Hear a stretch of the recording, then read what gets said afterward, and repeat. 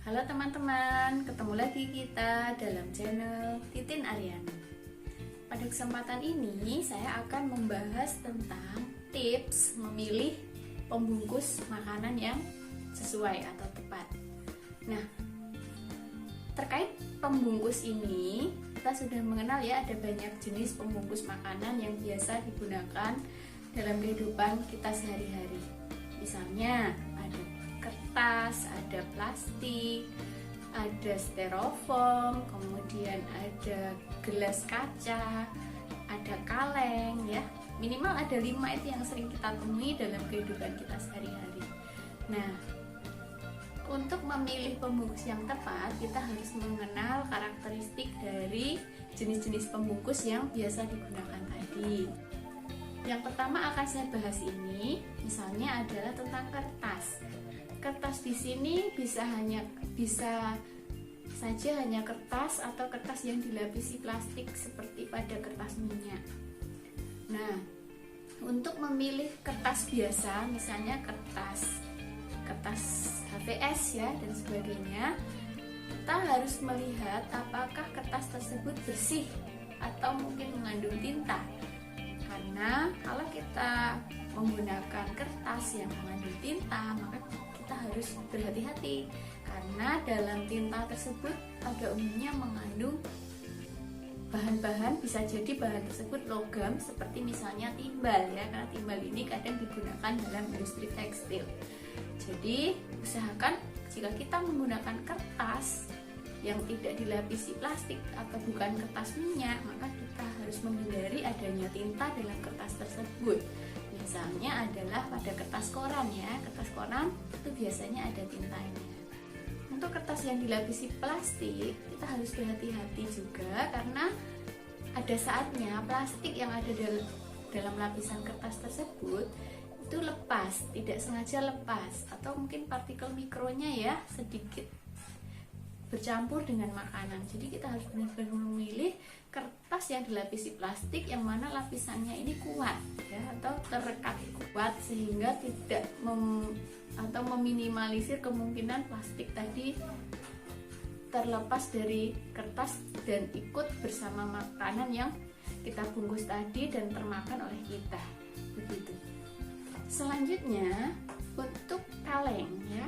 Kalau untuk kaleng, kita harus perhatikan bahwa kaleng yang akan kita gunakan untuk membungkus makanan semestinya tidak ada bocornya, dan kaleng tersebut harus terbuat dari timah putih ya, timah putih yang full atau timah putih yang benar-benar tidak dicampur dengan yang lain, karena yang paling disarankan dari bahan kaleng ini yang dilapisi oleh timah putih. Oke, saya akan membahas yang nomor 3, yaitu tentang plastik. Misalnya kantong plastik ya. Ini saya bahas tentang kantong plastik dulu. Kalau untuk kantong plastik, kita harus memperhatikan bahwa jangan sampai kantong plastik yang misalnya kita gunakan untuk membungkus bakso atau membungkus soto misalnya, ini dimasukkan dalam kondisi panas ya. Karena kalau kondisinya panas, polimer yang ada di dalam plastik itu bisa terurai dan ikut bersama makanan. Makanya kita tidak boleh membungkus makanan dalam plastik yang kondisinya makanannya tersebut panas. Selanjutnya, kalau untuk plastik yang mana yang bisa kita pakai berulang-ulang, sudah saya sampaikan dalam episode sebelumnya ya, bahwa yang aman itu nomor 4, 5, dan 7, dengan catatan yang nomor 7 ini harus BPA free. Selanjutnya tentang styrofoam atau polistirena. Kalau untuk styrofoam ini, dia bahannya selain berbahaya kalau terkena panas ya, sama seperti plastik tadi, dia kalau ikut bersama makanan, polimernya tadi yang di polistirena tadi terurai ikut bersama makanan lalu termakan oleh kita, itu juga berbahaya. Kemudian selain itu, kalau untuk styrofoam ini dia sulit terurai ya, jadi untuk nanti jika kita terlalu sering membuang limbah styrofoam, pada akhirnya akan mencemari lingkungan. Nah, selanjutnya yang terakhir adalah tentang kaca. Kalau untuk kaca, dia memiliki ketahanan ya, sulit terurai ketika bertemu dengan makanan yang panas atau minuman yang panas, sehingga cocok sekali kita menggunakan yang berbahan gelas ya untuk membungkus atau wadah ya, sebagai wadah makanan atau minuman. Hanya kekurangannya, kalau gelas ini biasanya mudah pecah. Kekurangan yang lain selain dia mudah pecah, produk-produk atau pembungkus yang berbahan kaca ini biasanya dia tidak tahan terhadap suhu ekstrim.